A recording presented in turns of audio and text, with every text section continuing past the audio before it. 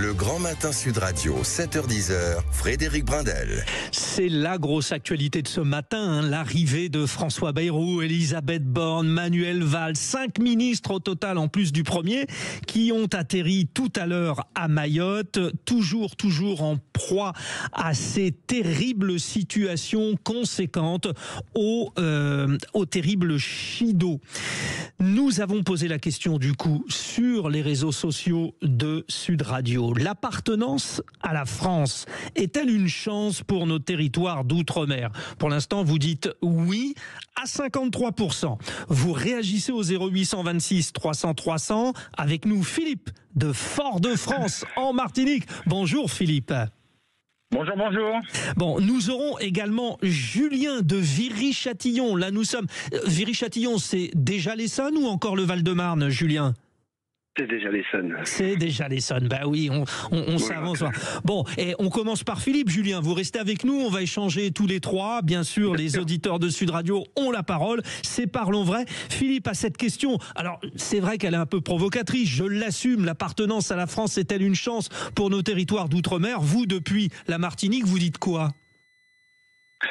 Alors, on va pas être hypocrite, oui, ça peut être une chance pour la France, mais la France est une chance pour nous, mais nous sommes aussi une chance pour la France.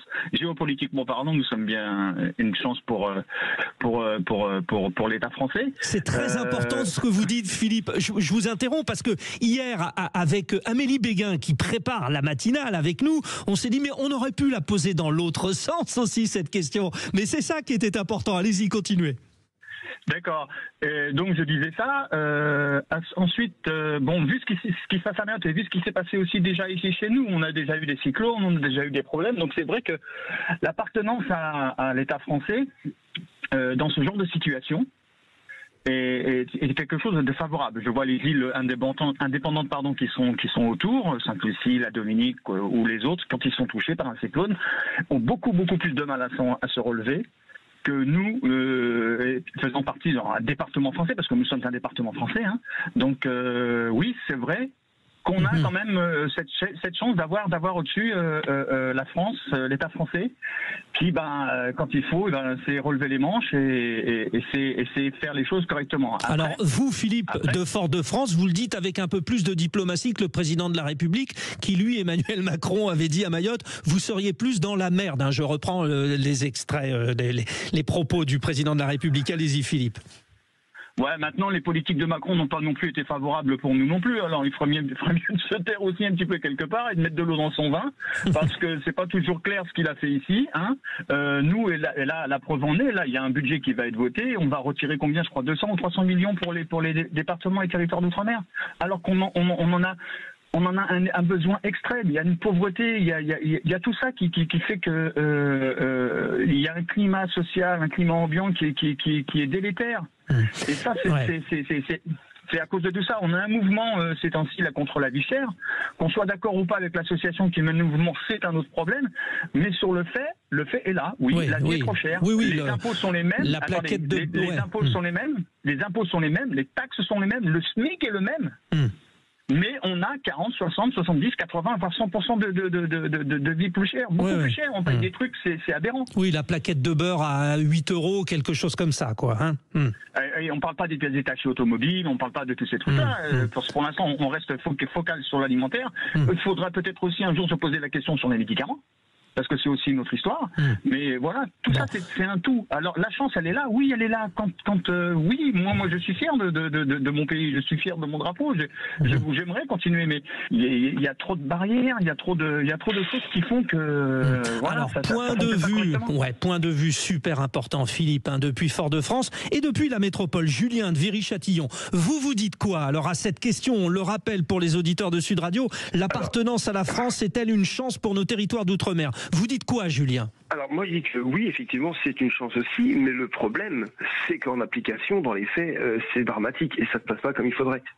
Moi j'ai une vision un peu plus différente. Moi je pense qu'il faudrait plutôt une indépendance des îles et qu'elles gardent quand même un partenariat avec la France sur les questions géostratégiques et de protection militaire. C'est-à-dire qu'en fait, nous, on garde ces îles-là uniquement, on va pas se mentir, ça serait hypocrite, uniquement pour avoir des bases militaires étalées un peu partout dans le monde et avoir une capacité de réaction et de force de frappe importante. Pour le reste, on n'exploite pas de minerais particuliers, on n'a pas d'intérêt autre, mis à part d'avoir des zones, on va dire des zones maritimes importantes étalées à travers le monde.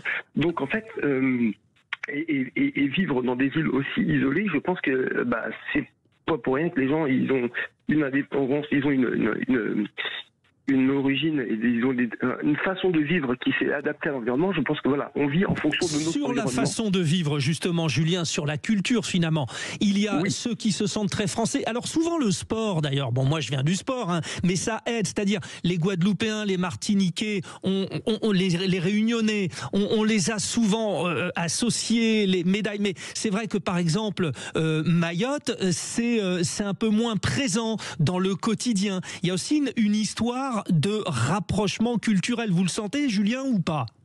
Oui, non, mais j'entends bien, mais ça ne veut pas dire que c'est pas parce que deux pays prennent leur indépendance mutuellement qu'ils doivent être ennemis fratricides forcément derrière.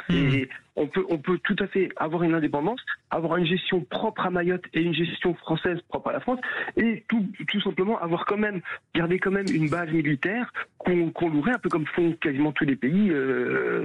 Tous les autres pays du monde, enfin, les Américains, quand ils sont en Irak, ils n'y sont pas en territoire investi. Et pourtant, c'est les premiers. Ça, c'est un petit peu. C'est une situation effectivement un petit peu différente. Philippe et Julien, Philippe de Fort-de-France en Martinique, Julien de Viry-Châtillon dans l'Essonne. Merci à tous les deux. Vous avez réagi au 0826 300 300. Continuez de répondre à cette question. L'appartenance de la France est-elle une chance pour nos territoires d'outre-mer? Vous dites oui ou non. N'hésitez pas. Il est 8h.